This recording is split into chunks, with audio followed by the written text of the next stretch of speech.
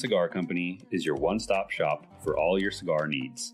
Whether that's a brand new humidor, a box of those new cigars you've been waiting for, a top-of-the-line cutter or lighter, a place to enjoy the finest cigars and spirits with friends, or the only cigars grown right here in the Sunshine State, we've got you covered. Come visit one of our retail locations for the ultimate cigar experience. Visit us online at coronacigar.com.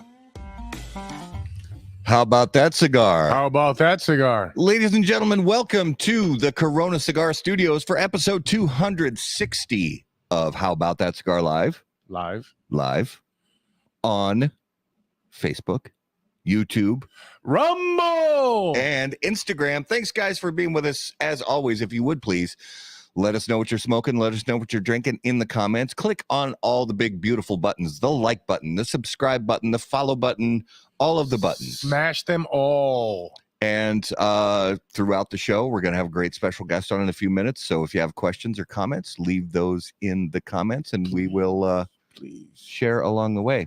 Well, before we talk about an awesome football weekend, let's get in our Justy in here. Absolutely. What's up, guys? What's up, brother? The producer with the most, that doesn't really work. The host with it doesn't. I got to find stuff. Producer makes you looser. How about that? I don't even know what that means, but I like it. Whatever you want it to be, brother. So are you still? I'm still tired from cigars and baseball. Nah, that was. So I checked. We were on the air for just shy of 5 hours. I think that's the longest broadcast. How about that? It is ever sure. It is done, and it was wonderful. It was great. It was a great day. I haven't been able to be tired yet because I've been going nonstop since then. You have. We both have mostly. Yeah. Well, I've had some time to rest, but not a ton. So let's talk about a wonderful football weekend. Green Bay wins surprisingly. The Vikings win surprisingly. Yeah. Yeah. And then the Jets finally get their first win with Mr. Rogers. Mr. Rogers' neighborhood. Yeah. Yeah. He's he's good. What are you gonna say? He's old, but he's good. He's a slinger. How long is he gonna be able to keep this up? I don't know. But I can only handle him for one more year. He's good. If he gets deep in the playoffs, he can go away. Get you to the playoffs, yeah. Injuries too, though. We were talking about before we went on the air. That they're all over the place. Pacheco, Deebo Samuel. We don't know about JJ. Bruises thigh. Justin Jefferson. Yeah. Really? Oh, I didn't know about that. Jordan Love still hurts. I don't know. We'll see how it goes. There's a lot of injuries. The kid from Miami might be done. Tua. Yeah, he's had a lot of concussions. Yeah, I wouldn't come back. I mean, honestly, if you're looking at like long-term health, just beyond football, I don't know. It might just be worth it to say, Didn't he get like 150 million guaranteed? I think I know it was over 100 guaranteed. I don't know exactly how much done. It was. Yeah, later. See you. Bye. Take your money. Go retire. Go be a commentator. Go be or honestly, well, with $100 million, once you pay your agents and all that stuff, just take what's left and go live. You don't have to ever do anything. The baseball news is super short. The Twins are really just flailing like crazy. The good thing is we did get some players back from injury, but Buxton is still injured. Surprise, surprise. Buxton's always injured. And the Yankees are still in first place. Yeah, the Twins are in third place now by like 6.5 games. I mean, we were in first place, and now all of a sudden we're in third place by 6.5 games. So what are you going to do? He doesn't get the money if he retires on his own, is what Tony says. No. Well, yeah, I suppose, yeah. Well, they'll figure out how to do. They'd do a deal. They'd have to retirement. They'd have to do a deal for medical something. Yeah, or they'd be one of the worst franchises ever. Yeah, they'd get a lawsuit. Yeah. I think it is time for me to pay some bills. Sample what's in this lovely glass here, and that is part of this week's Spirit of Mystery, brought to us by Postania Cigars. Do you find yourself unsatisfied with the top 10 list from How About That Cigar? Are you wondering how cigars from Postania didn't make the HBTC list, but found their way onto other lists? Well, fortunately, you can be reminded every week with this Postania Cigars advertisement. Postania Cigars, the #1 unranked cigar in the industry. So, last week when we had our friends from Warfighters on, pre-show, they were telling about how their viewers send bottles of booze to them to try out and have on the show and give call-outs to them. I mean, I'm not going to directly ask for that, but I will. Oh, but I'm going to say if anybody wants to send us a bottle that should be on Spirit of Mystery, and it don't even have to be a full bottle. You could send us a couple ounces, label it, send it to my house, and I'll bring it in. I think just to be safe, it should be the whole bottle. Yeah, the whole bottle. Fine. Just to be safe. John Haggard is watching. Wow. What? Unbelievable. Thanks, buddy. Good day, so John. this week's Spirit of Mystery, the color is a little bit light.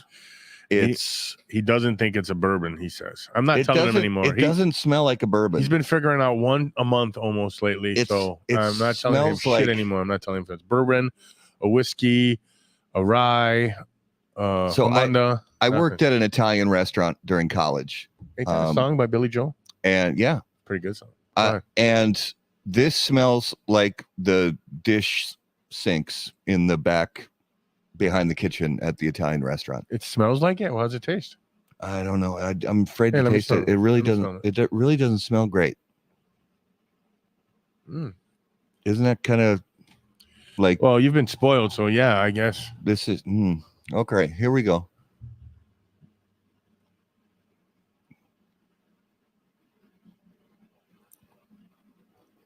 It's high proof. I'll tell you that much. It is high proof. You're going to be so surprised when I tell you at the end of the show what it is, because you're not going to guess it. It is spicy. Spicy like rye, almost like rye spicy, not bourbon spicy. It's funky though. It's got this funky dishwater, forest floor kind of mushroomy.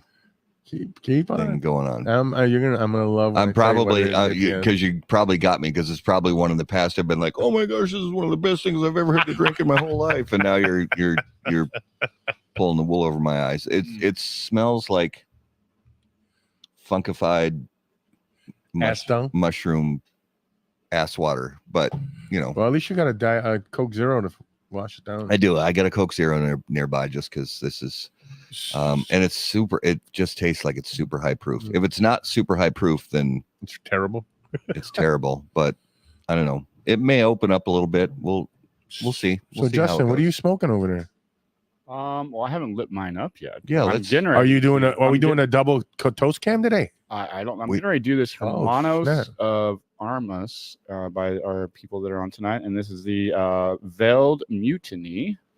That is on the screen right there. And I am smoking the Catacomb. Boom. And we can make that big just like that. That's what she said. I see what you did there, buddy. Cigar. Well, let's get our special guest on the show. And as always on How About That Cigar Live, special guests are brought to us by our friends at Drew Estate. And for the first time ever, Drew Estate has given fans a sneak peek of the brand behind a freestyle live event pack, Deadwood Cigars. But consumers get to guess which of the Deadwood girls is making her debut. Each FSL pack is priced at $40 and includes 3 mystery premium cigars, a freestyle live torch lighter, cigar cutter, and ashtray. And of course, each pack comes with a QR code for entry into a sweepstakes featuring a grand prize of Harley-Davidson Fat Boy 11.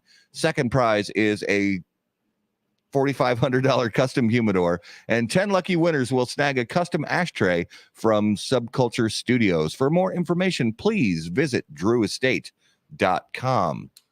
Ladies and gentlemen, if you would please put your hands together. Help us welcome to episode 260 of How About That Cigar Live, Zach from HDA Cigars. Brother, welcome to the show.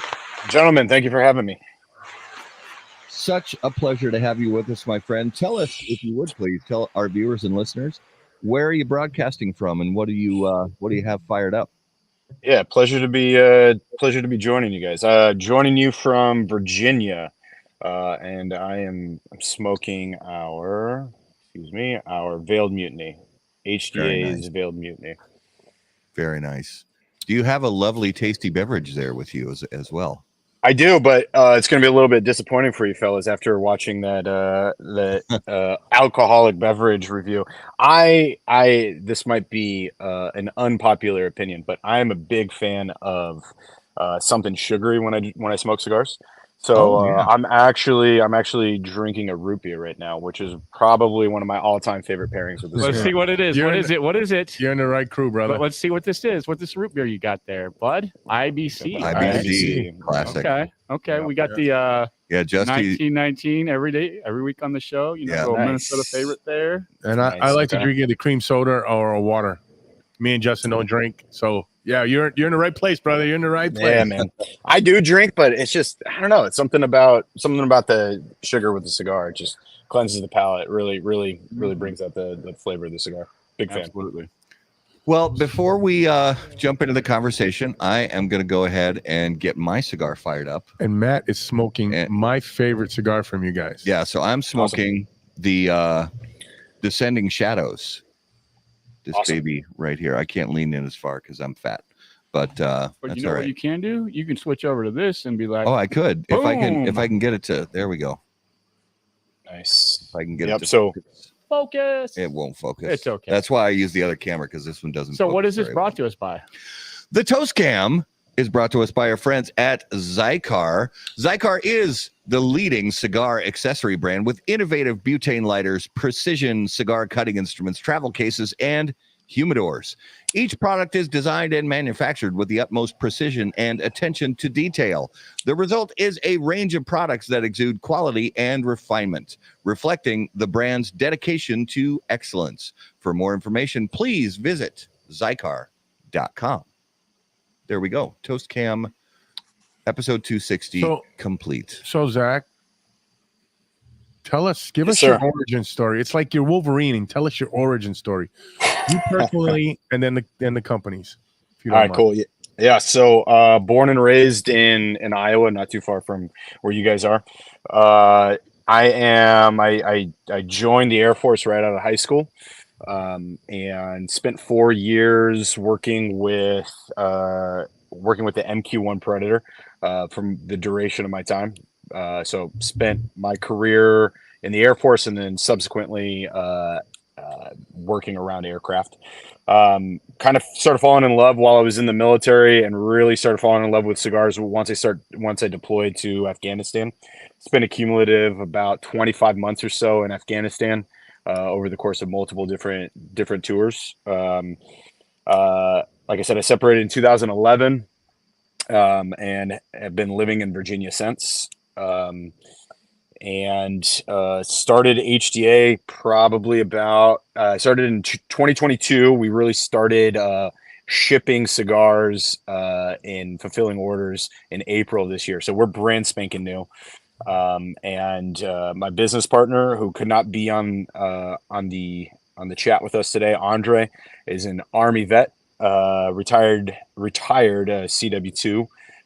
Also lives in just across the border over in Maryland. And we are the hermanos. So hermanos de armas, it's Spanish for brothers in arms, and so that's it's a lot easier just for us Americans to just say HDA cigar. So we just go with HDA. How did you two meet, and how did you guys formulate this friendship and start the company? Yeah, so we met after we were both out. We met at about 6-ish years ago now, maybe 7 years ago, and we got together. We found out that we both really enjoyed smoking cigars. And we ended up smoking together a couple times. At the time, we had kind of shared a desire to somehow find our way into the cigar industry. We kind of contemplated maybe opening up a lounge. Weren't really sure what that looked like, what it is that we wanted to do. And then we ultimately, we really started exploring opening up a lounge, and then COVID hit. Kind of threw a wrench into a lot of things. Really weren't sure how we wanted to proceed with brick and mortar locations, rent, and at least in our area, in the Northern Virginia area, never went down. Everything kept going up, and it just wasn't the right move for us for a new business. And so when we had originally thought about opening up a lounge, we were really going to focus on bringing in really solid house sticks. We wanted to create our own blends and do something really exciting with our own house sticks. So when we decided to put the pause on the lounge, we were like, well, let's go about it in the exact opposite. Let's instead start our own cigar brand, create our own sticks, and then we'll see if the lounge ever comes to fruition in the future. So it's not out of the realm of possibility, but we're really enjoying where we're going now with the brand, growing the brand, and enjoying the hell out of being rookies in the industry and kind of learning as we go. So yeah, that's kind of how we got started. Nothing too crazy. Just decided two guys with a dream and wanted to figure out how to spend more time doing what it is that we love, which is smoking cigars. Yeah. So early on, whether it's, shops or even other cigar brand owners, like, if it's at a trade show or a multi-vendor event or something like that, who have been a couple people from the industry that, have been welcoming, and said, hey, we're glad to have you as part of this industry. And any help you need, just let us know, kind of thing. Yeah. Sort of welcoming and almost in a mentoring kind of way. Yeah, I would say that frankly, I've heard some horror stories. We have yet to experience those horror stories, and knock on wood, we're not going to. But everybody's been extremely warm and welcoming to us. Our cigars have had really solid reception, so that helps. I mean, I guess if we produced some bags of shit, then maybe our reception would have been a little bit different. But everybody's been extremely warm and welcoming. I would say that really early on, the factory that our cigars are rolled at, Angela. Yeah, so all of our cigars are rolled at the Oveja Negra factory down in Esteli, Nicaragua. So James and Angela. Yeah, so if you're familiar with Blackworks and Black Label, did you say you haven't heard of it? That was sarcasm. Okay, got it. All right, I was like, okay, yeah. So James and Angela were fantastic. We spent the better part of a week down with them. So they provided us a lot of, just some tips and tricks, but they were that crucial partnership and rolling Andre and I's blends, kind of guiding us through a lot of that process, which has been fantastic. Toro Cigar Company down in Southern Virginia, those guys down at Toro have been really, really awesome. They were one of our first retailers to bring us on. Brett and Tobaccology was the absolute first retailer to bring us on. He's been great. And then on Instagram, Bearded Cigar Lover. If you guys check him out, he's been great too. He feels like he knows a little bit of everybody in the industry, and he really took to our brand and has kind of, a lot of those guys have really just like put us under their wing and kind of shown us the way. I mean, I would say those are the first three initial probably relationships that really helped us get up and running. And then, we have great partnerships and living the bearded chubby life down on Instagram down in South Carolina. He's been fantastic. He's been killing it for us, working with us. And we have so many great retailers in the Northern Virginia area that have just welcomed us with open arms. So we couldn't be happier. I mean, like I said, we've heard horror stories. We have yet to experience it. It's been exactly what we hoped the cigar industry would be so far, which is just a bunch of guys that want to smoke really good cigars, want to help each other, and want to promote other brands. I think there's a way to promote your own brand without putting other brands down, which has been fantastic so far. For sure. Well, that explains why I love your cigar so much, because they're we're actually all three of us are huge fans of Black Works, Black Label Trading Company, all four of them. So that explains a lot. Yep. And Brett is a friend of ours. We love him here. I've been going down his borrow for 4 or 5 years now. Hopefully I'll see you there in April, last week of April. I hope you'll be down there for that. Yeah, we just missed it this year. But yeah, I think we're going to try and make it this year for sure. I mean, try. You're like around the block, aren't you? Man, I'll tell you, look, dude, I'll tell you.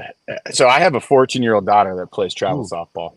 Oh, forget about it. Yeah. Dude, it's like every fucking weekend, man. Yep. Yeah. So, yeah. But absolutely. You know, I definitely want to try and make it out there for the boil. I've heard it's an amazing event. Did you start it out with those guys in Nicaragua, or did you try any companies before? Like we've heard stories of beginning companies starting, hey, we just want these cigars real quick just to get our name out there. Or you went for the blends first and then came out? Yeah. So like I said, we started the brand. HDA was formed in 2022, and we didn't begin shipping cigars until 2024. And that first 2 years was spent primarily making sure that we partnered with a factory that produced fantastic quality cigars, fantastic construction cigars, and partnering with a factory. We decided, like, the reality is we could have gotten a million different ways, cheap ways. We could have done exactly like what you said, started off with just any factory here or there that could just, you know, make some sticks, get our name out there. But we decided that if we were going to do it, we wanted to do it right. It was a little bit more of the expensive way to go about it. But we started, they were our very first factory that we reached out to. And Jesus, we must have said something right, because they decided to bring us on. And we could not be any happier with working with them. They've been fantastic to work with. And I mean, I think the cigars kind of speak for themselves. Their brand speaks for itself. I well before ever thought about starting my own brand, like you, I fell in love with Black Works and Black Label, and just, I mean, it's right up my alley. And I've met a lot of people that maybe it's not their flavor profile, maybe it's not their thing, but I have yet to meet anybody that said, well, it's, you know, kind of a poor constructed cigar. And that's all we wanted. We weren't trying to ride the coattails of somebody who had great blends and try and, you know, just throw our label on somebody else's blend. We just wanted to make sure that whoever was rolling for us had a fantastic reputation in the industry, somebody who had produced quality cigars. Something else that's overlooked is the way that they look over the people in their factory, those that work with them. I mean, they do so much for the community there. They do so much for the people that work for them. And you know, my wife is Nicaraguan, so seeing somebody that takes care of the locals and isn't just, you know, looking at them in terms of how many cigars are you going to be able to produce for me, but instead is looking at them like family. That really meant a lot to Andre and I. And so we couldn't be happier working with them. So they were our very first factory that we reached out to. Went through a pretty lengthy screening process with them to make sure that we weren't some bags of shit. And fortunately, we convinced them that we weren't. And then it culminated with us kind of going down to Nicaragua, doing a bunch of testing and tasting and creating 10 different blends. And we narrowed it down to the 3 that we have here, which I believe you guys are smoking one of each of. Yeah. Pick which cigar and tell us about it. Okay. Tell us the blends, all 3. Let's start with the one that you and Justin are smoking. Sure. Yeah. So we're smoking the Veiled Mutiny. So we have 3 blends. The easiest way to look at it is we have 3 different blends. The labels are the exact same with the exception of the color. We have a white label, a black label, and a gray label. So this is the white label. This is the Veiled Mutiny. This is an Ecuadorian Maduro wrapper. All of our tobacco is 100% Nicaraguan tobacco. So this is our Ecuadorian Maduro wrapper. And yeah, I mean, so we have in this specific one a decent amount of Condega, some Ometempe, and Jalapa. but it's, I would say, a little bit more heavy on the Condega tobacco. This one has gotten a really solid reception as of late. I think a lot of people have started. I think a lot of people started smoking the Cataclysm first, probably solely based off of looks. And then once they try the Veiled Mutiny, have really started moving over to the Veiled Mutiny, and the reception on it has been great. I can't remember. So who was smoking the Descending Shadows? The gray. That's me. Okay. No. So the Descending Shadows, and I know that's your favorite. That one is one. I would say so. That one is a little bit more of a polarizing cigar. Because if you like spicy, I would say that's going to be the cigar for you. It's got a little bit more spice than some of our other blends. That's an Ecuadorian sun-grown wrapper, and it's been like I said, I would say it's pretty solid in terms of how we've been seeing it move. It's been pretty steady, and it has, I don't know, almost at this point it's like a cult following. There's a lot of people that if you like spice. If you like a little bit of almost like minerally, that's the one for you. That's my personal favorite. I say that, and then I end up kind of swapping back and forth. We'll say right now it's my personal favorite. And then our last cigar is the Black Label. That's the Cataclysm. That is our, yep, there you go right there. That's our most popular cigar at the moment. That has been probably our most popular cigar from the beginning. That one is probably, in my opinion, the most well-rounded cigar. And it is that's also our Habano wrapper, again, all Nicaraguan tobacco, very Ometempe heavy with some Condega, but primarily Ometempe on it. We balanced it out with some good Condega tobacco. Yeah. And that one in particular, I don't know if you're retro hail, that one on the retro. Ooh. Oh man, that's the moneymaker, is that cigar on the retro. Yeah, the Descending Shadows. I'm a big retro hell guy, and if you're not a fan of spicy cigars, I would not recommend retrohaling this cigar, because it's definitely not for beginners. But 100%, there is some balance to it, like you said, Zach, about the spice, but also like some like earthiness. With it's, I don't know, I feel like there's good balance there, but yeah, this is definitely a spice forward cigar, which you guys know me, I freaking love. Told you.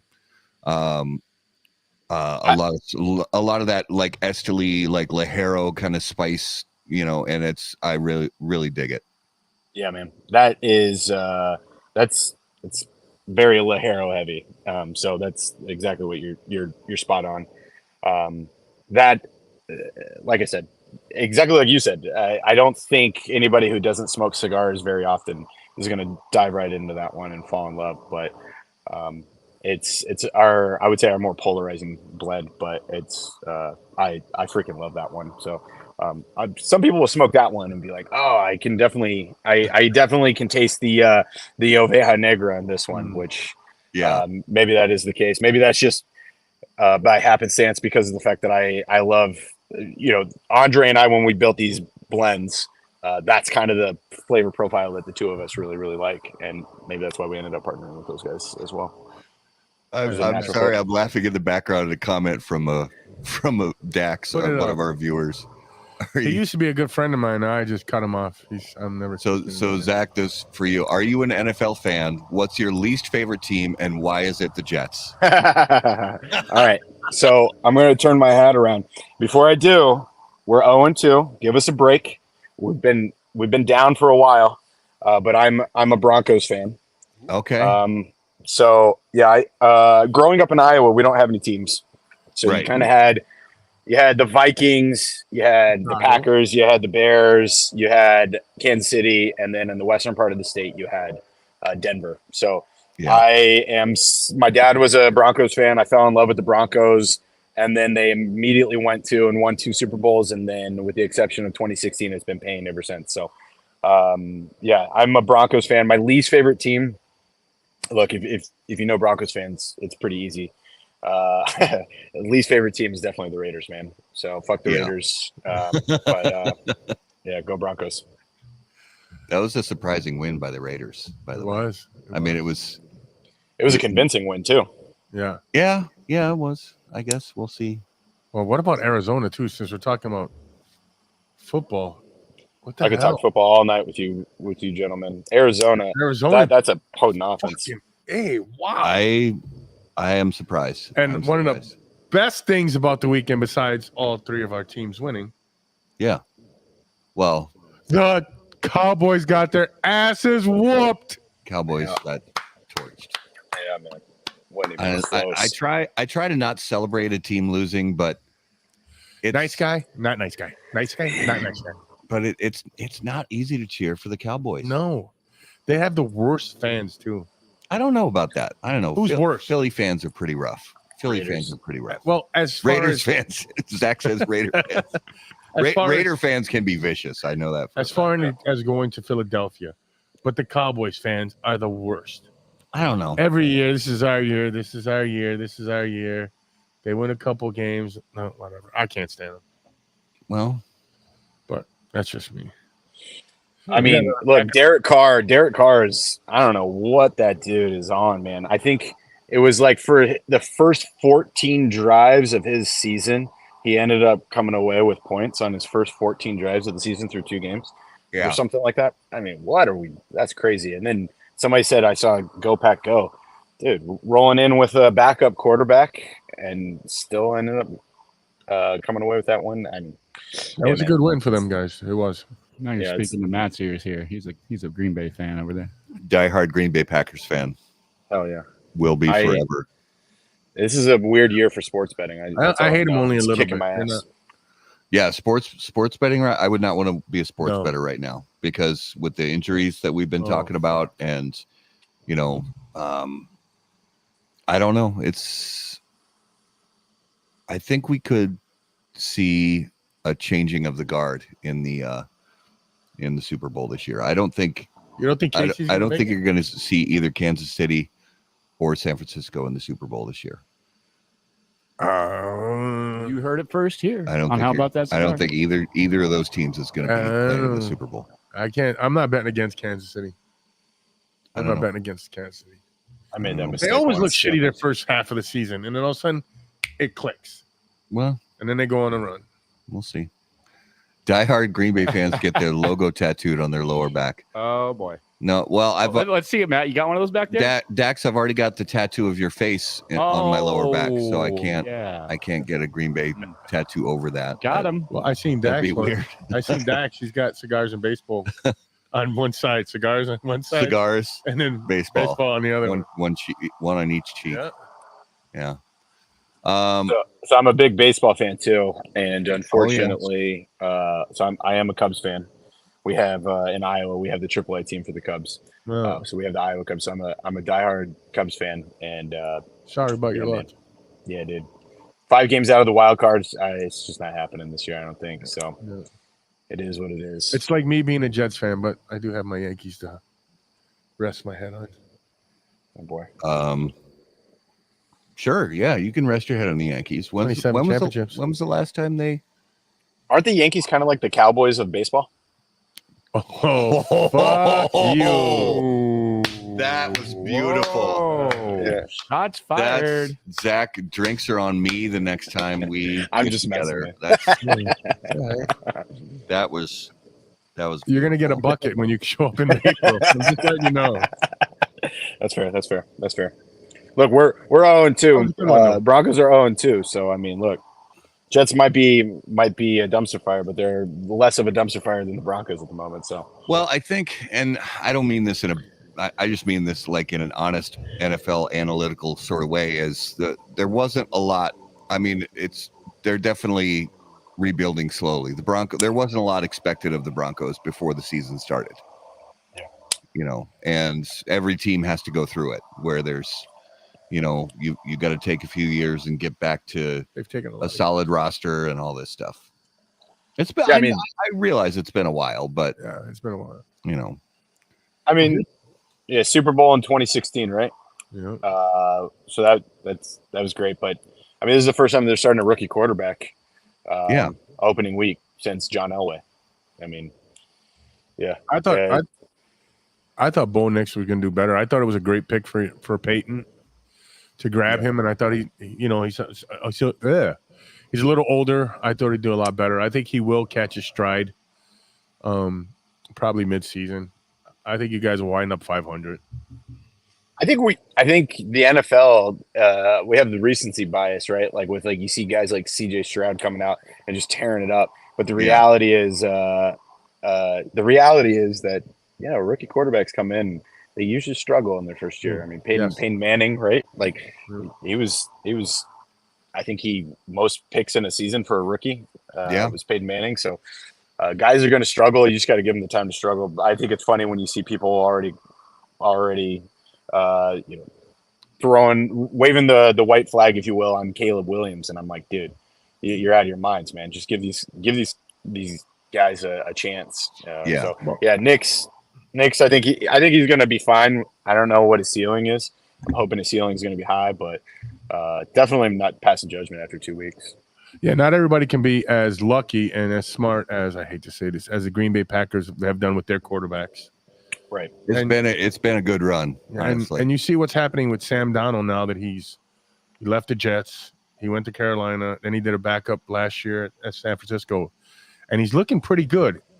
I think they rushed these young quarterbacks into the limelight right away. Let them sit a year. Mahomes did it too. Let them sit a year. Let them develop. Let them get the speed of the game before you throw them to the wolves. Tough. It's something you don't have a good quarterback for him to sit behind. I know, think about everybody that was criticizing the Packers for drafting Love when you had Rodgers. Everybody was all over them, but I mean, it's worked out perfectly, right? Yeah. But not everybody has the foresight to be like, oh, okay, well, our quarterback, he's fantastic now, but he's only has a few more years left in him. Let's go on ahead and draft his replacement now. Instead, people are scrambling for a quarterback when they don't have anything. So then now they find themselves starting right out the gate. Mm-hmm. And I mean, if we use the example of the Broncos, they're Zach Wilson. You're going to put Bo Nix behind Zach Wilson? Dude, he's already better than Zach Wilson. So, it would be nice if all of us had the luxury that the Packers have had over the last 3 decades to just sit your next franchise quarterback behind your current franchise quarterback. Jesus, it's been okay. It's been okay. Yeah. I like it. Yeah. I did love what Bo Nix said yesterday in a interview. Well, tell us what happened with that interception in the end zone. I threw it and the other team caught it. Yeah. Next question. Yeah. Question. I love when they give the straight up answers and they don't try to get all analytical. I love that. I like that kid. Can we shift gears to pickleball from Kelly Conway here, or any pickleball fans? Or I've never played pickleball. In my whole life. Sorry, Kelly. I tried. I have. Raul plays pickleball. Not very good at it, but I play it. Who's your favorite pickleballer? Me. Is there a pro league for pickleball? They got a pro league for fucking everything now. There's a pro league for cornhole. There's got to be a pro league for pickleball. They throw things in your butt?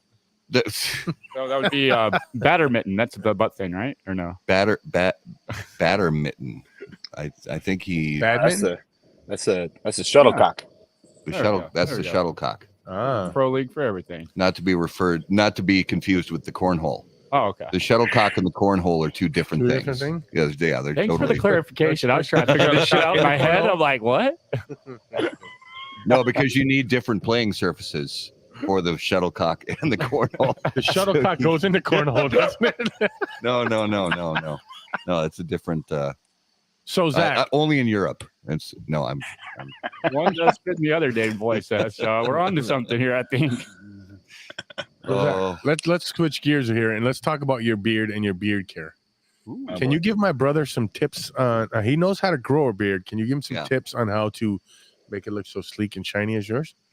Thanks, man. It's super underwhelming. Shampoo and conditioner. The end. That's it, man. Thank you. I add some oil too. So I kind of go back and forth with some oil. But they make THC oil? What's that?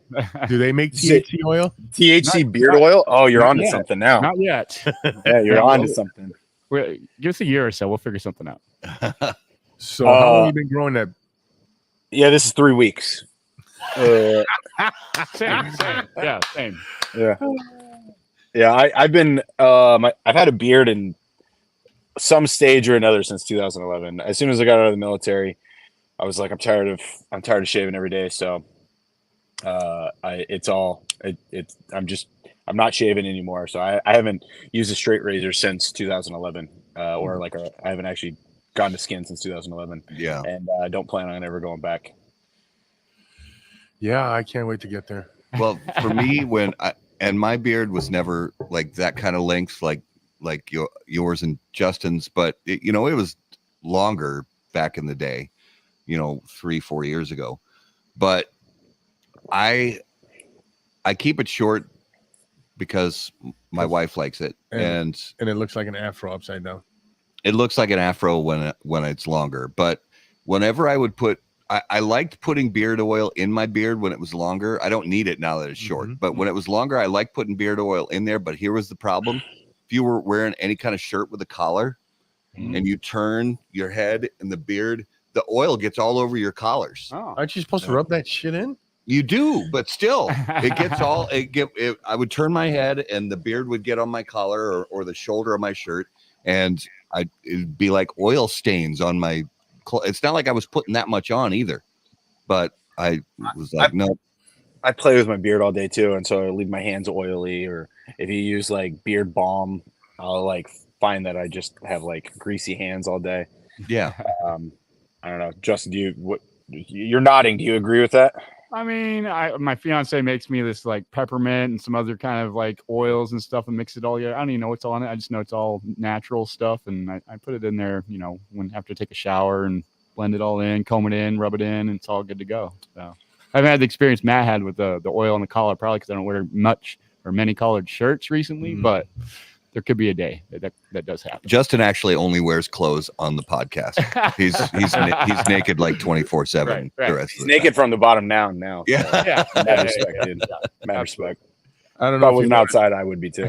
I don't know if you noticed, Zach. We're not your typical cigar podcast. No. We do a little more of the human. We prefer it when shit goes off the rails, actually. I mean, this is why I started smoking cigars, is to shoot the shit with people. So it's always nice when people don't take themselves too seriously. Yeah. Right. We don't. Yeah.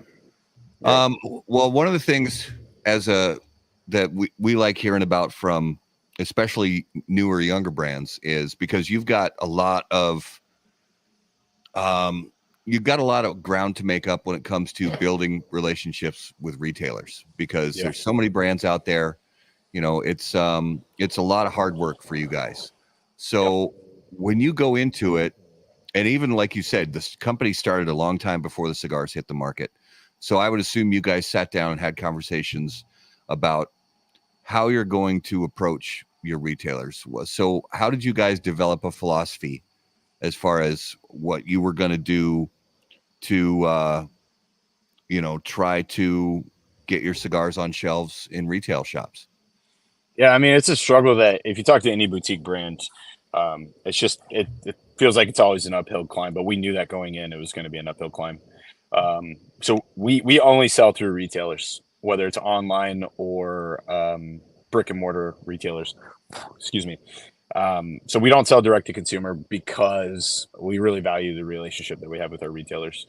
I think there's an aspect to going into a cigar lounge, going into the retailers and the relationships there. That's how I and Andre got into cigars, was going into our favorite cigar lounges, sitting around with the guys smoking cigars, picking up cigars, taking them back to base, or grabbing them while we were deployed. I mean, I really value that relationship, and very rarely will I ever purchase either direct from the retailer or through online retailers that I don't have any sort of personal relationship with. So we really value that relationship, so we only work with retailers. So we really kind of approached it I don't think we did anything too crazy. We started off regional. And we still are pretty, for the most part, we're still pretty regional. So, we're in, I think, somewhere right around 20 retail shops right now. You can see all of our locations on HDAcigars.com. So we have a shop locator there under the contact us page. And yeah, we're primarily in shops in Virginia, Pennsylvania, North Carolina, South Carolina. So we just really kind of started with our own location, or slowly branching out. And then we were working with a gentleman by the name of John, again, living the bearded chubby life on Instagram. He has some great relationships with some guys in the industry, and we've been working with him and building some of the relationships as well. So we've gone from 0 retailers. We didn't have anybody. We didn't have anybody that were going to carry us before we had cigars in hand. So we made an effort, and we made a conscious decision not to partner with any retailers or make any sort of guarantee or any sort of deal prior to actually having cigars in hand, because we wanted retailers to carry us based off of the quality of our cigars, rather than just, I have a personal friendly relationship with so-and-so. Instead, it was very much a try our cigars. If you like our cigars, please carry us. That's really all it comes down to, is we want to exist not off of the relationship that we have with Oveja Negra, not off of the look of our box, not off of the fact that it says veteran owned on our cigars. Maybe that'll be what initially gets you to try us, but we want the repeat customers to be going back to our retailers and demanding more HDA cigars because of the how the cigars smoke, how they taste, and how much the customer enjoys them. So yeah, I wouldn't say we have anything too crazy, man. We're going about this slow, methodical. We're not trying to overstretch ourselves too early on. I mean, that's why we only have one Vitola for each blend, a 6x54. That's all we have right now. That's all we're going to have for the foreseeable future. Probably, maybe next year we'll introduce a smaller Vitola.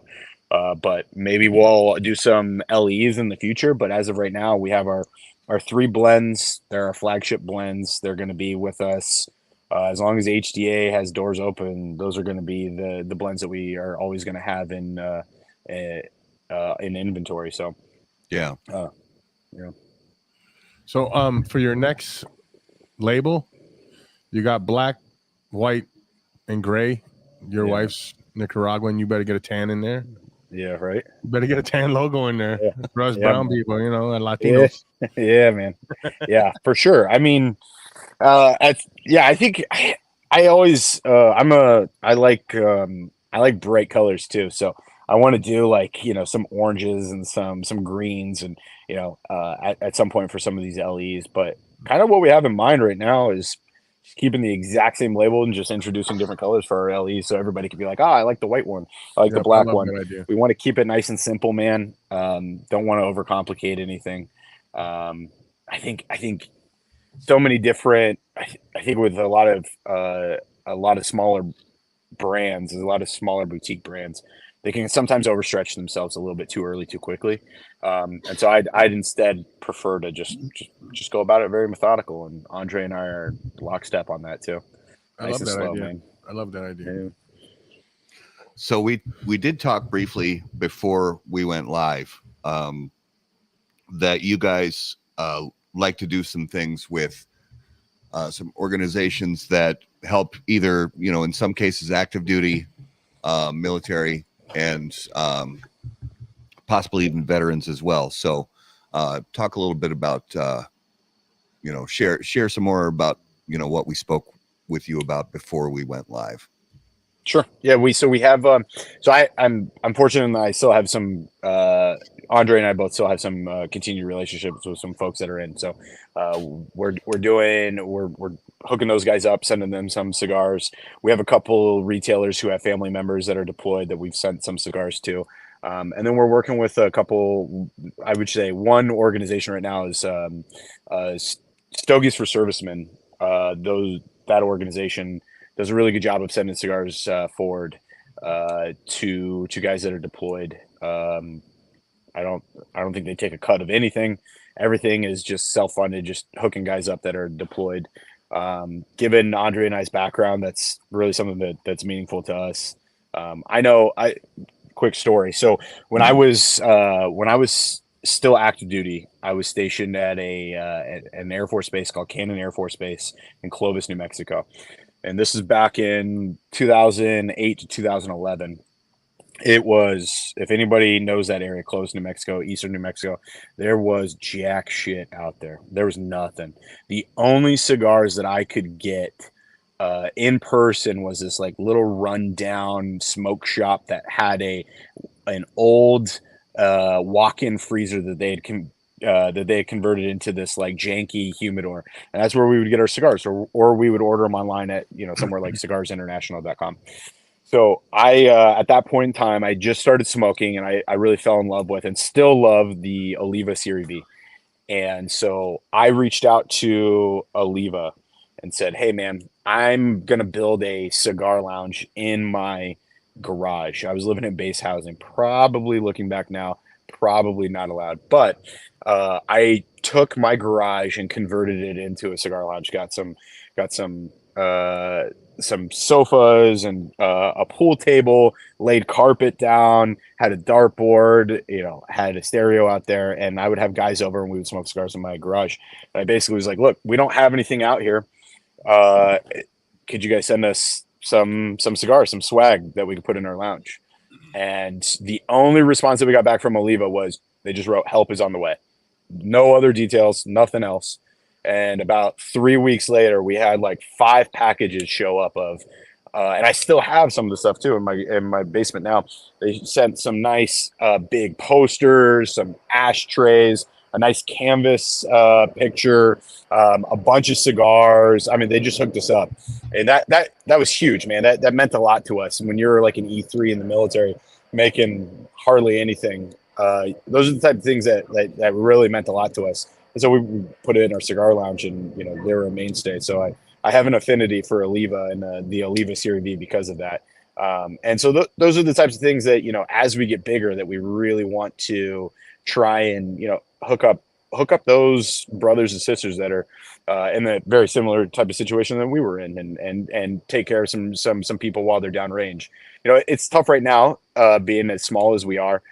Being as we have maybe 6 months under our belts at the moment, so we're doing what we can. We want to do more, so I would say, like, something that we also encourage some of our customers to do is, if you like our cigars, buy them from one of our retailers, and then maybe buy an extra sample pack and send it over to the Stogies for Servicemen. Send it over to those guys and let them go on ahead and send some downrange too. We're doing the same when we can, and so those are the types of, that's just one organization. There's others out there that are doing something very similar, but everybody's kind of got their cause and what it is that they hope their brand to kind of be and have a little bit more meaning than just making a couple bucks here or there. That's something that means a lot to Andre and I. Yeah, nice. That's awesome. So what, early on, obviously, in your company, aside from just steady growth, what are you guys hoping for as you look ahead to 2025 and beyond? What do you have goals on paper, or are you just, is it slow and steady wins the race for you guys? Yeah, man, slow and steady wins the race, really. Like I said, at a certain point, we're going to probably, we'd love to get into the game of having some LEs come out, do some really fun stuff with some blends, work with the folks down in Nicaragua to kind of help us curate some cool blends, or I should say we curate the blends and they roll some cool blends for us. And that would be something that we would love to do. We would, I see somebody just threw in the chat, do something different, like a 3x60. That's really different. That's really different. He was being smart ass. Don't. Yeah, I don't know, maybe that different, but definitely do some. Call it the tuna can. Yeah. We'd prefer Lonzo or Corona Gordo. Yeah. That's what we should do, a 3x60 and just call it the tuna. Yeah. Big tuna. Big tuna. Love it. I love it. Yeah. So I would say, we're right now we're prepping for our first reorder from Oveja Negra. But it's just going to be exactly what you see here, the 6x54s of the 3 blends for right now.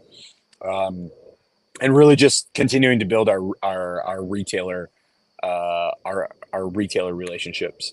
We really want to start expanding out west. We have had quite a few demands for some lounges out west. Right now we're with a lounge out in Vegas. So that's the furthest west that we are right now. But really, for the most part, we're only east of the Mississippi at the moment. So we want to do what we can to go west. So, if some of your viewers out there really like our cigars, I would just say, just reach out to your lounge, let them know about us. And hopefully we can kind of start getting in, and I would say just proving ourselves that we make good cigars, and introduce our cigars to their clientele. Let me backtrack a little bit, because you have unique names on each one of your cigars. Can you explain each one of the names of your cigars? Oh yeah, man. Yeah. So, we are, like I said, we've been talking about this. We're a veteran-owned company, and it's on our box. It's on each one of our cigars. We're proud about the fact that we're veteran-owned, but we didn't want to be in-your-face veteran. Everything that we do is veteran-related. I think Andre and I both kind of have like a little bit of a dark side to us. So our goal was to have each one of our blends, we wanted to name it something kind of dark, kind of different, kind of unique. And so we went through like a lot of different name variations. And we didn't really decide on anything until we actually had blends in hand. Once we had decided on our blends, then we started coming up with names. So rather than have a blend fit a name, we wanted a name that fit our blend. So, Descending Shadows, the reason that we came up with it, when we first were smoking those cigars, that was the spiciness, and we felt that was that felt like it was like a slow build to me. As the cigar smoked along, you're instantly hit with that peppery on the tongue. Like you said, on the retro, it'll smack you in the nose if you're not ready for it. But it slowly builds in strength as it goes along. So we came up with Descending Shadows, the idea of exactly that, a shadow of darkness that's slowly building on you. Veiled Mutiny, that was the very first cigar that we actually smoked, simply because it was numbered 1 of 1. It was just the very first cigar. Andre and I sat down and we smoked it. And as we were smoking it, we were like, man, this is a pretty good cigar. Neither one of us had dinner. Yeah, this is a pretty good cigar. And it was just smooth and really good taste. And as we got down to the last third, we're sitting there, we're like, God damn, dude, this is like kind of starting to hit us a little bit. So we called it the Veiled Mutiny because it was something that it was like a wolf in sheep's clothing, if you will. It was just something that at the time we weren't ready for it. We weren't expecting it, but if it kind of packs a little bit of a punch. And Cataclysm, man, I think the name kind of speaks for itself, man. It's just like this big event. Cataclysm is bold out of the gate. It's bold all the way through. There's no slow build. It's just a good cigar right out the gate. And we felt that was exactly that. It was a cataclysm. It was that big, strong world event. And so we had to kind of find names that fit, but then also you had to tread lightly with the trademark line and all that. So we had a couple of names that we had thrown out there that were taken by some other brands in some form or fashion, and we didn't want to do anything too crazy and get ourselves into trouble. So yeah, that's how we ended up on the 3. Like I said, just wanted to not be like too in your face about the veteran, and everything that we do is some sort of like military related. Instead, we wanted to kind of lean into the kind of like almost like a dark, like metal themed, if you will. Yeah. And then Dex over here says, so are all the cigars medium to full, or what's the different strengths of each one? Yeah, I would say that so none of ours are in the light category, and I would say, and I think most people that have smoked HDA would agree that none of us really go we tiptoe into the full, but we're not a full-bodied cigar. Instead, we're in that medium to medium full. And I think with some of our LEs that we want to do in the future, we might want to do the one kind of like a one-off, like just full body, just hit you in the face. But what we wanted good cigars that kind of appeal to as many people as possible and aren't too polarizing in terms of strength, either really light or really full. I am a big fan of just flavor bombs and big fan of cigars that'll just put you on your ass. I have a pretty solid tolerance to cigars, so I really like something that makes me feel something, if you will. I'm not really into really light cigars, and neither is Andre. And I should note too that Andre and I are very fortunate in that we have very similar tastes in cigars.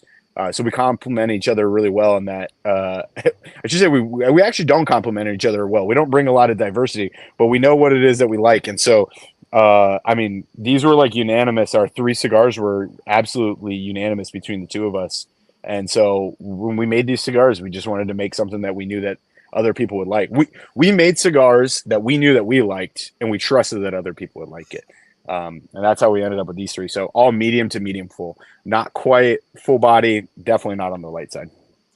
And then I got a quick question too. One more, because David Floyd over here says, "What's the shirt? Is that Hitchcock?" Yep, that's Hitchcock. Yeah. What's the story behind that? Just like the shirt, or? Dude, I'm a huge Alfred Hitchcock guy. Okay. One of my favorite movies of all time is Rear Window. I grew up. Yeah, man. I grew up watching a lot of his stuff, and yeah, so I saw the shirt and just had to snag it. I don't even know where I got it, so unfortunately I can't guide you in the direction of the shirt. But yeah, Alfred Hitchcock. Dope. Love it. Thanks, man. Thank you. Did you have something? Is it? I think it might be. Is it time? I mean, it's like 9:34 right now. Is that time? I think it's probably time. I think it's time. All right, guys, it is now time for this week's Numero de los Muertos. And lighting your cigar. No. That's all right. We're a little out of practice. That's okay. All right. It is now time for this week's Numero de los Muertos, brought to us by our friends at Smoke Inn.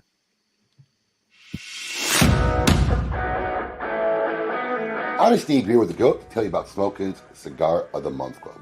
Every month, I personally handpick 5 premium cigars. Another great feature is our Double Down Club. With a simple check mark, you can get double this great selections every month and save $10. Every month, there's a special discount code where if you like any of the selections, you can get them at a special discounted rate for our Cigar of the Month Club members. We've made it super simple. All you gotta do is log into your account. There's a little green button there. If it's green, you're active. You want to take a break, going out of town, simply hit the button and you'll deactivate your membership. We get the stuff out on the 28th of every month. Our membership bills on the 28th, and we get every member's package out on the 28th if it's a shipping day. All delivered to your door for $34.95. 5 great reasons on what makes Smokin' Cigar of the Month Club the best club out there. Check it out. Peace. So, Zach, you said you watched a few of our episodes. This is a fan favorite right here, and it's pretty much Matt comes up with an idea of how a weird way somebody passed away, and you, us, and our members, our guests, have to figure it out. It's like 20 questions to figure out this morbid way somebody died. Hell yes, I love this. All right. What you got, Matt? I had it, but I for whatever stupid reason, the tab on my phone browser died, so I'm just we will pulling it back up here. So I will be ordering more of these from Brett J at Tobaccology probably tomorrow. Oh yeah, man. The Cataclysm? I'm gonna order all 3. Perfect. More of the Veiled Mutiny. Veiled Mutiny. No, it's not that one. Which the Descending Shadows. Descending Shadows. Yeah. Right on. All right. So the number this week is Kelly Conway's art. We already have guesses. Kelly is saying got shuttlecocked in the cornhole. No, but I'm going to have to maybe use that on a future episode. All right. The number this week is 96. 96. And how last week? 96 people died from this. How many years was it last week? It was a long time ago. A long time ago. Yeah.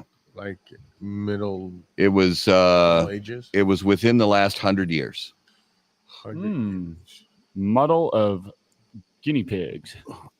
David, I worry about you, brother. I don't know what a muddle of guinea pigs is. Please elaborate. What? Actually, don't elaborate. Is that like a murder of crows? Is that what they call guinea pigs? Not that long ago, he says. So it actually happened. 100 years ago? Oh, not that long ago. Oh, that yeah. I don't. Is it on land or water?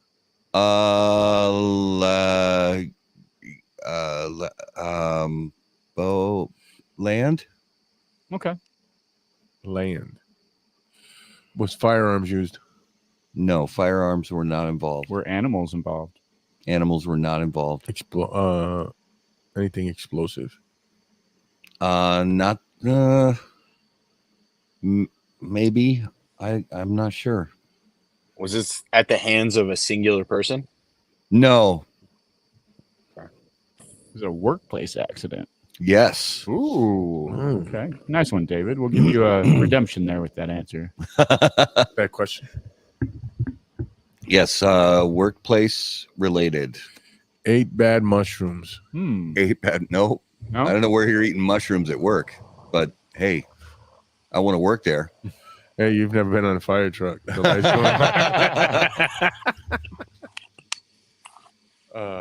right.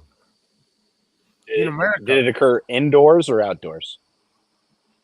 Or both? Outdoors and in the United States, yes. And run over by a steamroller? Nope, not run over by a steamroller. Was it train related? Not train related, no. Was it like a mass execution, hanging, or something like that? No, it was workplace accident. Logging from Dax. Not logging. Autos involved from David Floyd? Automobiles not involved. Midwest region? From Kelly? Not Midwest. Okay. Come on, Zach, you got to join in here. Come on, get that mind. I know. Did it have anything to do with the consumption of like food, beverage, or fumes? Not that no, I don't believe so. A trench cave-in? Not a trench cave-in. Were firemen involved?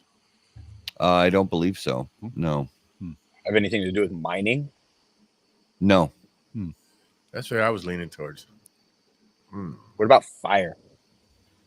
No. I like where you're going, bro.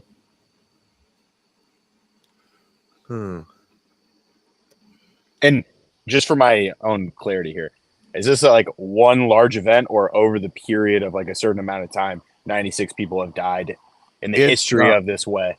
96 people died during about a five-year period for a specific at a specific place for a specific thing. Was it like any sort of exposure to like some sort of like nuclear waste or anything like that? No.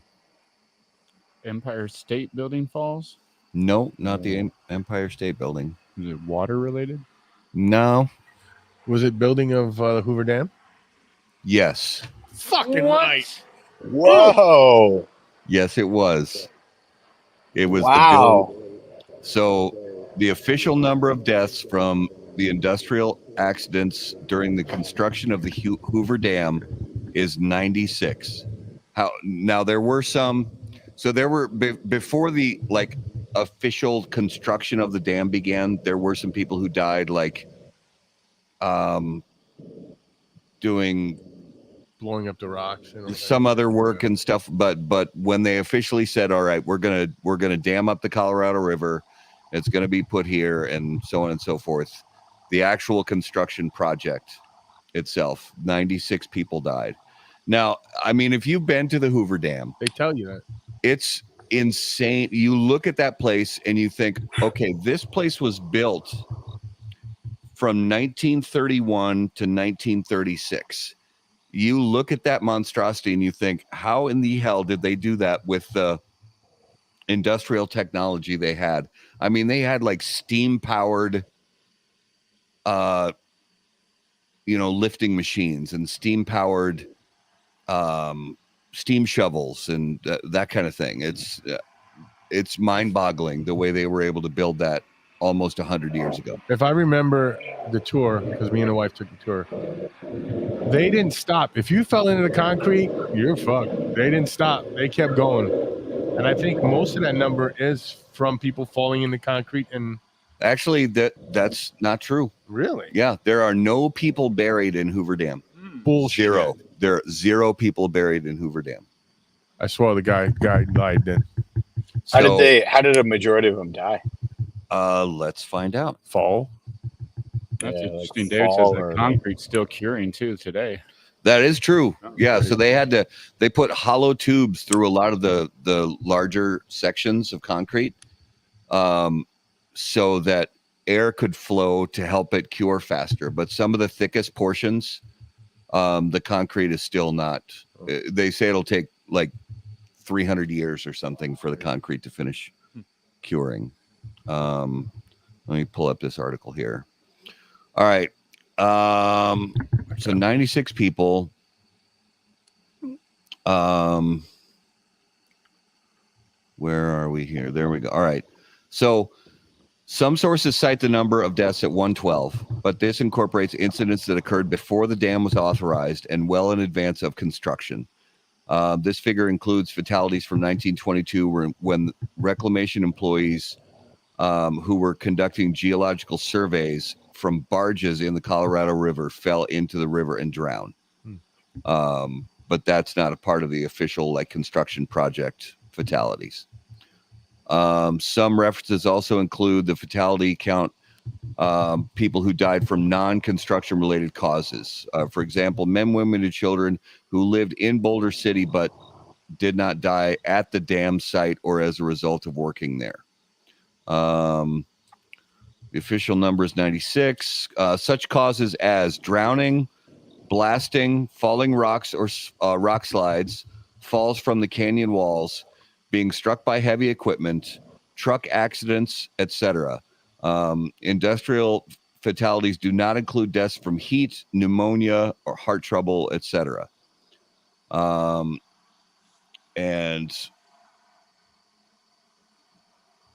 it just baffles me that no one fell in. I swear the guy told us that. But maybe they didn't, maybe he got pushed in. It was 25 years ago. Okay. So. Yeah. So Hoover Dam. Yeah. Good one. We got it. Good job, Raleigh. Yeah, that was a pretty solid pull. So that was this week's Numero de los Muertos. All right. It is time to reveal the spirit of mystery. So I will say this whiskey has been improving as I've been drinking it. Not because I've been drinking too much of it, just because it actually is smoothing out a little bit. It goes nicely with the cigar because they're both very spicy. They're both there's power behind both of them. So sometimes when you pair whiskey with a cigar, one can cancel the other out if they're not balanced well together. But these both have power enough where they can stand up to what they're, with the spice levels and things like that. It's still all right. So it's definitely still funky, but a lot of that funk, I don't know if it just came from the not washing the glass. Was it a new bottle? Was it a neck pour from a brand new first open bottle? Possibly. Sometimes you can get funkiness from what they call a neck pour, which was, by the way, also my nickname in college. I see what you did there. But It's definitely smoothed out. It doesn't have nearly as much of that funkiness like gym sock kind of thing going on. But it also, I don't know. It doesn't smell like a bourbon, but it does kind of drink like a bourbon. Although I feel like there's a lot of rye in the mash bill. But it's spicy. It tastes like it's high proof. As far as who makes it, what brand it is, I have no clue. I really couldn't say. It's Four Roses Small Batch Select. Four Roses Small Batch Select? That's very surprising considering everybody knows that I absolutely love Four Roses. I told you. Absolutely love Four Roses. But it didn't start out great. It definitely didn't start out great, but had a good finish. Good. Yeah, it's finishing nicely. The funkiness has gone away, so that's so Zach, sometimes I kind of fuck with him a little bit. Yeah. Give him stuff that sometimes only on days that end with Y. Some bourbons that he hasn't liked in the past, or bourbons that he's loved but he hasn't drank in a while, and I'll throw him these here and there curveballs. I like it, but always keep him guessing. Yeah, always keep him guessing. What was this long comment that David Floyd left? He explained the whole thing about. Go ahead. Oh, Fort Peck. Oh, Fort Peck. Okay. 8 workers buried alive. Oh,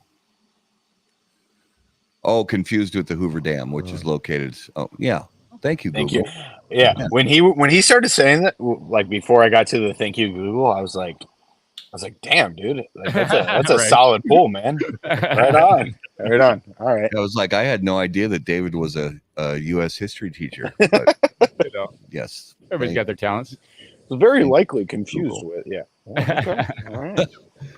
All right, let's jump into the lightning round brought to us by J.C. Newman Cigar Company, America's oldest family-owned premium cigar maker, creators of the popular Brick House, Perla Del Mar, Diamond Crown, and the American.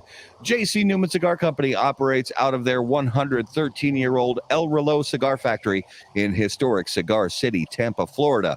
For more information on their cigars or visitor experience, please visit jcnewman.com. And all right.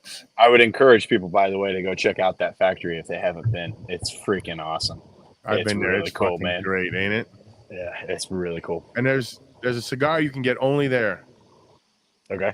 Julius Caesar Corona size. Okay. You can only get it there, and it's fucking phenomenal. It's way. Yeah. I shouldn't say it's way better, but it's got a different wrapper than the regular one. It's really damn good. Yeah. Yeah. If you're a cigar fan, just going to Tampa in general, there's so much cool cigar shit down there. Ybor City. Yeah. All right. So these are some quick, fun, non-cigar related questions for you, Zach. Starting out with, if you were about to get into a fight, what would your soundtrack music be? Like this is my soundtrack music to get me pumped up for the fight. It's like if there's a movie and you're the star of the movie and the big fight scene is about to start. What soundtrack music do you want behind that? Yeah, I'm very mood based when it comes to music. I'm a big fan of I really enjoy gangster rap and like underground rap, and I also really enjoy heavy metal music. So I'm kind of going between the two. Right now, I've been on a huge, if you guys haven't heard of Suicide Boys, been on a huge Suicide Boys kick. So I'd probably have to throw out like Audubon, the song Audubon by Suicide Boys. That would probably be one of the songs that I would want playing when I'm about to get into this fight. Nice. Excellent choice. The Lollipop Guild song, David? I do like the alternate, what's the alternate style. Yeah. Like for a fight scene, you choose a song that's pretty and smooth and happy. And like the Teletubby song or something like that. Yeah. Yeah. You go Kelly Conway's way and do Drowning Pool, Let the Bodies hit the floor, you know. Always a classic. Yeah. Always a classic. All right, Mr. Ramos. So, Zach, what is the most underrated and overrated fast food out there? Most underrated and overrated. Oh God, I'm gonna piss a lot of people off with this, man. Most overrated. I'm sorry to all the peeps that are down in like Texas, but I think Whataburger is super. Yeah. I've never had he said it, Texas. So. How did I know? Yeah. I used to live down there. Look, I lived in Texas too. I was just in Texas about a month ago. My brother just graduated from Air Force basic training, and I was down there and I got some Whataburger, and I was like, let me try it again. Man, I still don't think it's anything special. Now, it is a big burger for a relatively small amount of money. That's nice, but in terms of taste, it's overrated. And then Subway's also super overrated too. But I don't think very many people like Subway, so I don't know if that's overrated. It's just overpopulated. Terrible. There's too many. Underrated. I am a huge fan of subs. I love Jersey Mike's, man. Yes. I love Jersey Mike's. You ever get the 55? Which one's the 55? The chicken Philly with jalapenos. Nah, see, man, I'm not if I go get a sub, man, I'm not usually getting chicken, man. I want some red meat. Give me the meats. Yeah, man. I do love their regular Philly. It's fantastic. It's for a chain restaurant, chain fast food place. I love Jersey Mike's, and I love just like the club sub and the Italian out there too. I just had Jersey Mike's on Saturday after coming back from coming back from the barbershop with my son. We got Jersey Mike's. I always get the number 13, which is the classic Italian that's got all the Italian meats and the provolone, and it's just insanely good. I have an embarrassing amount of Jersey Mike's shore points. Like it's so many points, and I never use them. I joke around that it's my retirement plan. So like once I retire, for the first like 2 months that I'm retired, I'm just going to eat nothing but Jersey Mike's. Nice. Oh, love it. All right, Justin. Omar, we're getting Jersey Mike's tomorrow. All right, Zach, you ready? I'm ready. The zombies are coming. You get to pick 3 people from the cigar industry to be part of your zombie apocalypse survival squad. Who do you pick and why?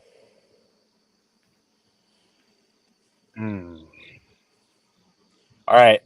A familiar face. I'm going to go with Brett because the dude's like 6'6" and he's tall, and I feel like he'd be able to hold it down too. Yeah, I don't know for sure, but I feel like he's well armed too, and I'd want to have him there with me. Allegedly, he just give him a big hug. That's what he do. He just hug them all. Yeah, man. So I would say him from the cigar industry. I'm gonna stick with people that I know personally too. I feel like so this isn't actually somebody I know personally. Let me think about this. I got it. This is a good one. Let me think about it. You got time, brother. You got time. I would probably also, I probably want to, bearded cigar lover as well on Instagram. Yeah. If you know him, also a very large dude, also probably pretty well armed. I feel like I'm going to go for size and armament with my choices here. So I'm going to go with him as well. And then, can you put up what that asshole David put? Oh, what's it say? I would pick Raul Ramos. We all know that zombies eat brains, and that would help protect Raul, and he could be an advantage then. Yeah. Oh, we love you, and then I feel like you need somebody to like lighten the mood as well, and somebody that's just like, because I feel like the 3 of us would probably be like very similar mindsets, and we'd all be like just super like negative. So I'd want to bring in somebody that would have a very positive outlook and somebody that would balance us well. So I would probably want to bring in Sin from Dissident Cigars. I feel like she would be like a really solid person. I haven't met her personally, but her reputation is just that she's like an absolutely like awesome, just sweet person. And I feel like we need her there to like balance out the just degeneracy that is probably going to inevitably be the other three of us. And you're going to want to couple her with her husband. Yeah. So that's like one person, them two together. I haven't met them, but I've heard nothing but good things, and it's overwhelmingly positive. And he works in the firearm industry. Oh, yeah, and they're both huge Second Amendment people. So And Kenna's one for us. As far as great people, I mean, I've spent time with Josh and and all that, but for Sin, it was PCA like 2 years ago. Yeah. And it was the night before the night that she was going to the airport to catch like a super late flight. And we were staying at Treasure Island because it's cheaper. And we were sitting around one of the tables in the lobby bar smoking cigars and having drinks. And she came and joined us. I swear, I think we sat there 4 hours and talked. Mm-hmm. And it was just an absolute blast. Yeah, just drinking and smoking cigars and talking about life. It was just one of the best nights of the whole PCA trade show. Mm-hmm. Yeah, I really hope I get to our paths cross here soon because I just want to meet her. Just next time you go to Nicaragua. Yeah, man, seriously. Yeah, I think that's doors. Yeah, that might not produce a very warm welcome. Don't worry about it. Yeah, just when you hear that pump action rack. Yeah. Just put your hands straight up and say, I'm friendly. No, Zach, you know what you got to do? You got to bring like a puppy and say, listen, I just found this puppy walking the street. There you go. Exactly. Yeah. You'll be family. Just come on in. Done. All right. Let's jump into Notable Smokables, brought to us by Don Doroteo Cigars, a brand with both purpose and passion, dedicated to creating change from within. By developing their own land, they're able to own the entire process throughout the life cycle of the plant. They methodically carry out each step, ensuring that the final product is of the finest quality. The new Salt of the Earth lines, Piedra Viva and Piedra Angular, are available now at Don Doroteo Retail Partners. Visit dondoroteo.com to learn more. All right. So, Zach, each week on the show, each of us names a cigar that we smoked recently that was notable to us. Now, this could be a cigar that's been on the market for decades that we smoked again for the first time in a long time, or a cigar that's brand new to the market that we smoked for the first time ever. Obviously, you're smoking a lot of your own stuff, but if you get a chance to jump outside of your own portfolio, is there something you've smoked recently that stood out to you? Something. So yeah, like you said, for the last 6 months, I've almost exclusively smoked our stuff, and I've done that by design too. But I recently smoked, and I'd smoked this before we started HDA, or I should say before we started, like we actually had product. I love the Olmec by Foundation. Yeah. The Olmec is a really, really good stick, and the guys over at Foundation, man, they kill it, and I love their cigars. I love the Tabernacle and Olmec. I had one of those yesterday. Yeah. There you go. Sorry, it's probably not going to be like a deep cut, anything super. No, it's great. It's funny because you mentioned another thing. I literally just had one on when we were at Omar's. The Tabernacle. Olmec. Oh yeah. So we were at Ramsey Smoke Shop on Saturday, and first cigar I lit up, I picked it out of Omar's humidor. It was Olmec. As much as we call him out in his spot, we got to get him for a sponsorship. There you go. Justy, what's notable for you this week? Well, I did also have a Tabernacle last night as well, and that was delicious. But my notable for this week before that, got to take a relaxation day, relax at home, put the little cot out outside, read a book. I haven't done that in probably a year, so that was good. And it was the Year of the Dragon by Davidoff. Oh, that was solid. A long cigar, but it kept me through 3 chapters of my book, and I'm good to go. So it was good. Yeah, nice. Mine was we had a friend get married on Friday, and he has a connection with somebody in Texas. Yeah, so it was Garrett, who used to be the co-host on How About That Cigar. Yeah. And he got married on Friday, and he reached out to a special someone saying, "Hey, could you put together, I don't know how many, maybe 100 or 250 cigars for my wedding?" And this friend said, "Yeah, I'd be happy to." Yep. So we smoked it, and we didn't find out until our second or third one what it was. Yeah. And it was a special size of the Volstead. I think it was a Roma Craft. Was it a Corona size almost? No, it seemed to me to be like a Robusto Extra, like a 5.5 by 50, somewhere in that neighborhood. So it was phenomenal. It might have been because it was his wedding. We were around a bunch of friends. But sometimes you know how that has an effect on a cigar. Yeah. I thought it was wonderful. And I have one to smoke next year when his anniversary comes up. Yeah, I got one extra for the same thing. Gonna smoke it on the anniversary next year. For mine, I went classic. Padron 1964 natural. That they call the size the Monarca, which is the 6.5 by 46. Nice. And I just had it in the top drawer of my humidor, buried under all kinds of other cigars. And I said, yeah, I think it was on Thursday. I think it was. Yeah, Thursday.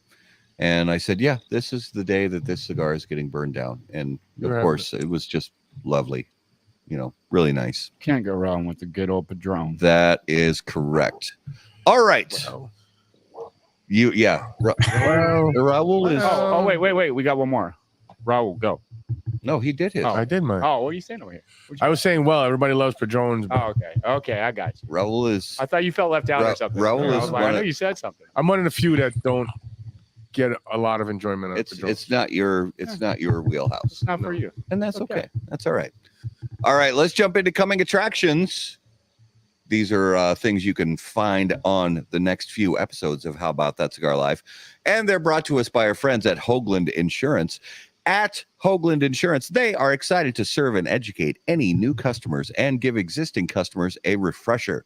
Whether it's a business policy, auto insurance, home policy, or life insurance, if you are currently insured or just looking for a quote, Tony Hoagland and his team would love to create a personal price plan just for you. Mention How About That Cigar when you make your first appointment, and Tony will have a free cigar just for you.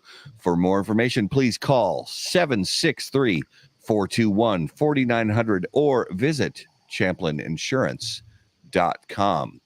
All right.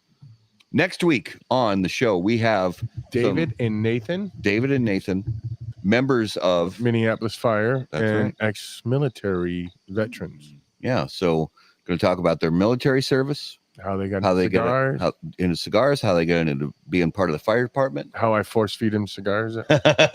Allegedly. I don't want to smoke today. Fuck you, are you smoking today? And we'll have a full. I think I'm gonna clean the place up and get the poker table over here so we have enough room for everybody. You might need the poker table for Saturday, but that's a different story. We'll talk about. And then on September 30th, closing out the month of September, we have Storm Bowen from Cigars for Warriors on the show. Yep. And we're going to have some special news coming up about that, hopefully in the next few days, actually. We want to try to get them, Cigars for Warriors, hooked up with some goodies to send over to some deployed servicemen and women, and the money to ship those cigars as well. So and October is loaded, people. Yeah, trust me, October is loaded, and we're booked. Don't want to miss it. We're booked all the way through the end of October as well, and with some incredible guests for the month of October. So do not miss it. Zach, if you would please tell our viewers and listeners where is the best place for them to keep up with everything going on with HDA Cigars. Yeah. Appreciate it. So we most of our information is either found on our website or on our Instagram page at HDA Cigars, all one word. Instagram, HDAcigars.com has a list talks a little bit about the brand, talks about each of our blends, and a list of all the retailers that you can get HDA cigars at. And then on Instagram, it's any announcements we have, any special events that we have going on, anything like the sort. So Instagram at HDA Cigars and HDAcigars.com. And then with that, is there a store locator on there that they can find which shops they're in as well, in case people are wondering? Yep. Tobaccology. Exactly. Tobacco. That's all we need to say right there. We can stop right there. Yeah. Easy as that. Yeah, Tobaccology, obviously, their stores are awesome in our area. They were our very first account that we brought on. But yeah, we do have a store locator. And we also have an exclusive online retailer at torocigars.com. They're actually doing an HDA special right now. Or it's torocigarcompany.com, excuse me. And they're doing a special giveaway right now. We're going to be participating in their Veterans Day event. So they're going to be giving away an HDA prize pack, if you will.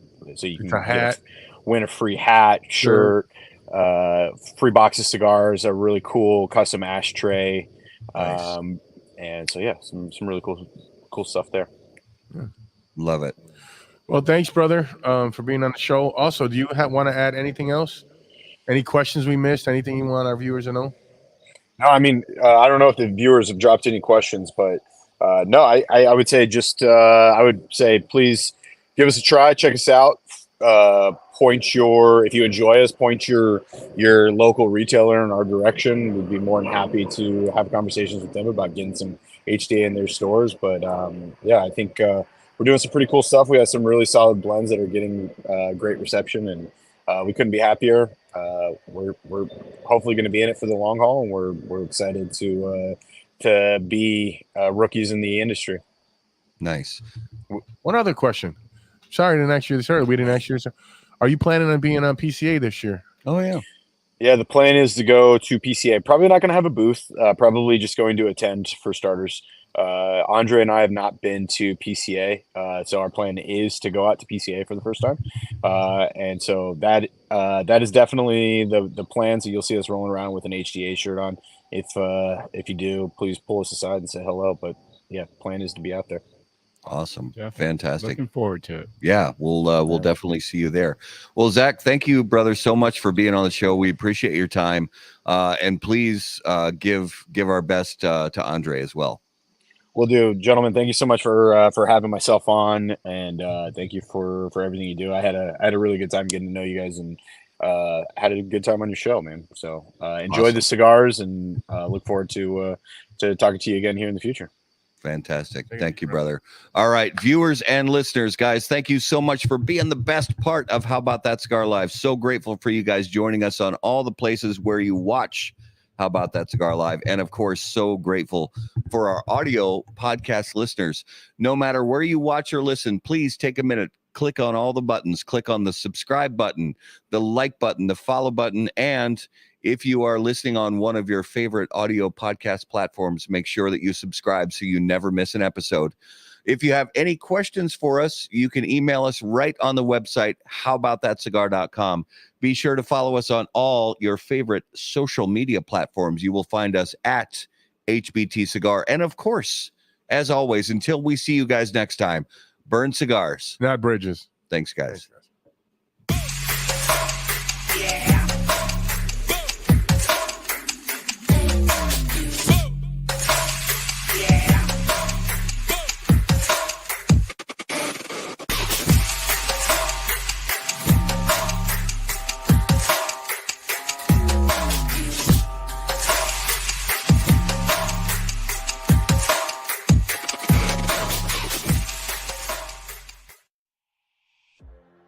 Any comments, opinions, viewpoints, or statements presented or uttered by guests on the HBTC podcast, HBTC live video streams, and all other media from HBT Media LLC are solely those of the individual and do not necessarily represent the opinions or viewpoints of How About That Cigar or its parent company, HBT Media LLC, any of our advertising partners, or the premium cigar industry. The primary purpose of How About That Cigar is to entertain and to encourage activity and growth within the community of people who enjoy or want to learn about the enjoyment of premium cigars.